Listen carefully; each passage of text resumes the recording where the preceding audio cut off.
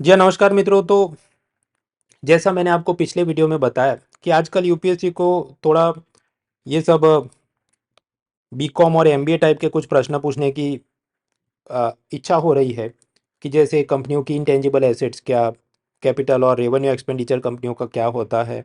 तो इसी सिलसिले में हमने लास्ट वीडियो में देखा कि कैसे लाइसेंस फ़ी वो कंपनी का कैपिटल एक्सपेंडिचर है या रेवेन्यू एक्सपेंडिचर है और सुप्रीम कोर्ट ने क्या जजमेंट दिया। उसी तरह इस वीडियो में हम लोग समझ रहे हैं कि ये डिफर्ड टैक्स एसेट्स क्या होती है, लोन राइट ऑफ क्या होता है। आईडीबीआई के किसी कारण से ये अभी चर्चा में आ गया कि आईडीबीआई बैंक के पास डिफर्ड टैक्स एसेट 11,000 करोड़ की है और ये बहुत महान चीज़ है, वट एवर चर्चा में आ गया। तो उसको हम देखते हैं।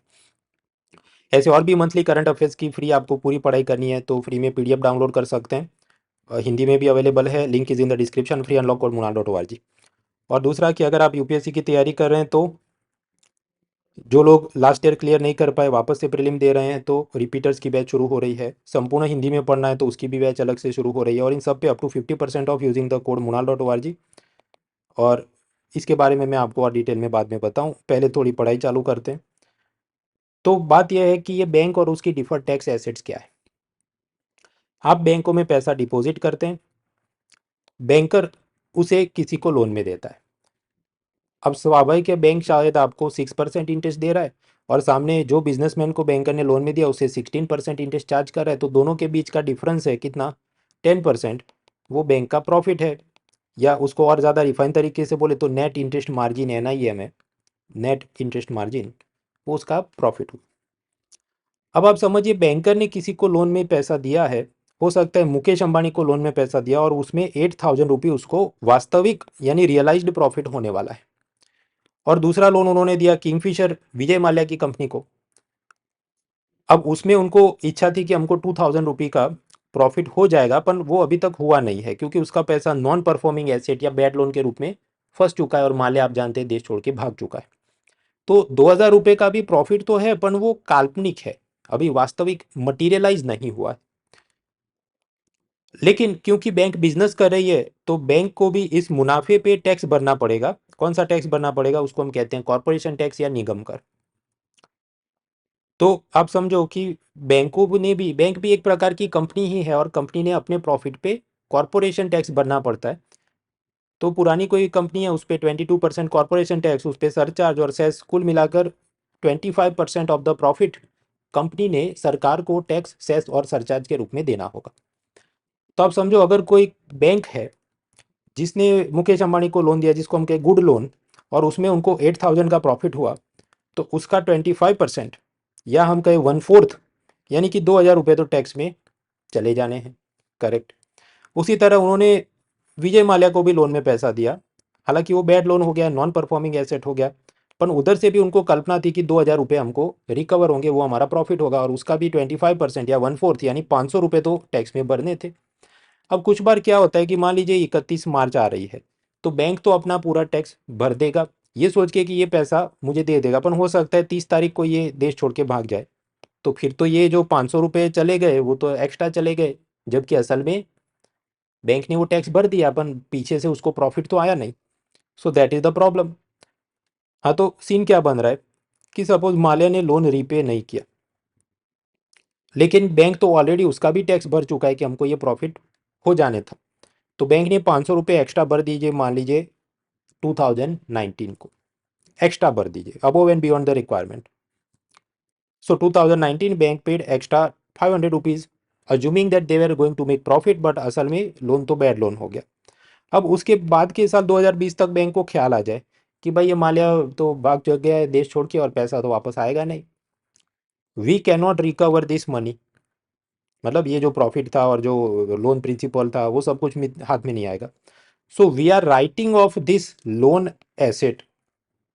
बैंक के लिए आप समझो लोन इज एन एसेट और बैलेंस शीट में उसको अपनी संपत्ति के रूप में दिखाएंगे, पर अब उनको लगे कि भाई ये तो पैसा ही नहीं आएगा तो वो उसको डिलीट कर देंगे। उसको कहते हैं हम लोन राइट ऑफ। इसका मतलब ये नहीं कि बैंक ने अपने राइट्स छोड़ दिए, अपने अधिकार छोड़ दिए कि नहीं तुमको माफ किया, तुम्हारा पैसा विजय माल्या की हम कोई प्रॉपर्टी अटैच नहीं करेंगे, जब्त नहीं करेंगे, ऐसा नहीं, they can still do it. पर अपनी अकाउंट बुक या प्रॉफिट कैलकुलेशन में उस चीज़ को वो डिलीट कर देंगे, भाई इसमें कुछ आने वाला नहीं, हम इसको हिसाब से हटा दें। तो इस चीज़ को हम कहते हैं loan right of, loan right of, मतलब एक अकाउंटिंग एक्सरसाइज है जिसमें बैलेंस शीट से वो इस चीज़ को डिलीट करते हैं। हालांकि वो अपने लीगल राइट्स को छोड़ नहीं रहा है, वो अभी भी सरफासी एक्ट में जाके कंप्लेन कर सकता है, मालिक की सब जो प्रॉपर्टी गिरवे रखी है उसको अटैच कर सकता है, that right is also available. तो अब सीन क्या बन रहा है कि बैंकर ने 2019 में 500 रुपये का जो टैक्स भर दिया था वो एक्स्ट्रा भर दिया था, लेकिन 2020 तक पता चल गया कि भाई ये तो प्रॉफिट है ही नहीं हमारा, हम तो लॉस में है। तो यानी ये पैसा रिफंड में आना चाहिए और सरकार उसको वो पैसा रिफंड कर देगी। सरकार उस बैंक को वो 500 रुपये जो पिछले साल लिए थे, अपन बोला कि हाँ भाई ये तो तुम्हारा तो लोन राइट ऑफ है, तो वो वापस रिफंड में आ जाएगा। पूरी रकम नहीं, प्रिंसिपल और मूलधन वापस नहीं आएगा, जितना टैक्स भरा था वो टैक्स वापस आएगा। आप समझो 2000 रुपये वापस नहीं आ रहे हैं, वो तो माल्या से लेने हैं, ये तो 500 रुपये जो टैक्स भरा था वो गवर्नमेंट से वापस आएगा। तो ये जो 500 रुपये जो गवर्नमेंट रिटर्न करेगी उसको हम क्या कहेंगे, डिफर्ड टैक्स एसेट्स। और आईडीबीआई को ऐसे 11,000 करोड़ के कुछ डिफर्ड टैक्स एसेट मिल रहे हैं, इसलिए ये टर्म चर्चा में। सो डिफर्ड टैक्स एसेट क्या हुआ था, वो एक दो लाइन में जो आपको याद रखना है, समझना है, आपने समझ लिया। अच्छा, ये डिफर्ड टैक्स एसेट्स वो सिर्फ बैंक के लिए सीमित या वहाँ तक है ऐसा नहीं, और भी बिजनेस में डिफर्ड टैक्स एसेट हो सकते हैं। मान लीजिए कोई ओनिडा या सैमसंग टीवी बना रहा है और 2019 में उसने 3 यूनिट सेल कर दिए और उस हिसाब से प्रॉफिट गिन लिया कि भाई हमने तो 3 टीवी बेचे हैं।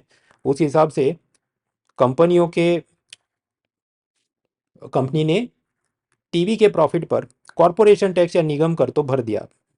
लेकिन फिर क्या होगा, अगले साल 2020 में हो सकता है ये जो टीवी होते हैं, जो भी 1 साल 2 साल 5 साल की वारंटी हो, तो 3 में से मान लीजिए एक टीवी वापस आ जाए रिपेयर रिप्लेसमेंट के लिए। तो जितने वापस आ गए तो वो तो एक जात का कुछ तो लॉस हुआ उसके अंदर। तो फिर कंपनी दिखाएगी ये तो हमारा लॉस एक्सपेंस था, लेकिन हमने एडवांस में टैक्स जो भरा था उसके सामने इसका रिफंड मिलना चाहिए। तो उस केस में भी डिफर्ड टैक्स एसेट का कोई सीन बन सकता है।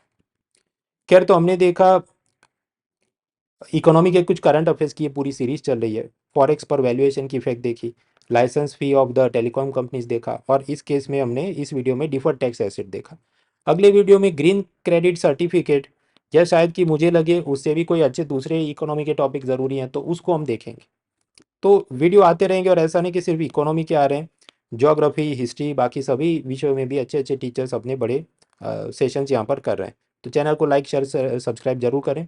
और जो मैं आपको आगे बता रहा था कि अगर आपने 2023 प्रीलिम क्लियर नहीं किया था, वापस से दे रहे हैं, तो रिपीटर बैच शुरू हो रही है, उसे आप ज्वाइन कर सकते हैं, कि जहाँ टॉप एजुकेटर्स के लाइव क्लासेस और फिर जो नए प्रकार के प्रश्न आ रहे हैं, जैसे इंडिया ईयरबुक और स्कीम्स के बारीक बारीक सवाल पूछे जा रहे हैं, या स्पोर्ट्स जनरल नॉलेज वगैरह पूछे जा रहे हैं, पिछले 2 साल के करंट अफेयर्स की कंपाइलेशन, तो ऐसा फ्रेश मटेरियल भी आपको उसमें प्रोवाइड किया जाएगा। साथ ही साथ प्रीलिम और मेंस की सब टेस्ट सीरीज़ और फ्रेश मटेरियल वो भी अवेलेबल है। अगर आपको संपूर्ण रूप से हिंदी में तैयारी करनी है तो उसकी भी अलग से बैच शुरू हो रही है, वहाँ पर भी live classes by top educators वगैरह होने वाला है। और इन सब में आपको up to 50% off using the code munal.org, उसका फ़ायदा उठाइए। बाकी जो मैंने आपको बताया, मंथली करंट अफेयर्स मैगजीन भी रिलीज़ हो चुकी है, उसको आप डाउनलोड कर सकते हैं, अनलॉक कोड इज munal.org। कुछ लोग कहते हैं ये तुम्हारा मैगजीन बहुत लेट हो गया, उसका आप कारण समझो। पिछले साल पिछले महीने सितंबर में मेंस एग्ज़ाम थी, तो तब जो पूरी टीम थी वो लगी थी, वो करीब एक हफ्ता उसमें चला गया सब, उसकी अफलातून पावर पॉइंट के साथ हमने सीरीज़ करी है, आप उसके भी पावर पॉइंट डाउनलोड कर सकते हैं, मॉडल आंसर वगैरह। तो उसके चलते जो टाइमलाइन है बाकी प्रोजेक्ट में वो थोड़ी लेट हो जाती है, but it is going on. और अपनी एग्जाम कल सुबह नहीं है, काफ़ी टाइम है, तो take benefit of this. All the links are in description. Best wishes, see you next time.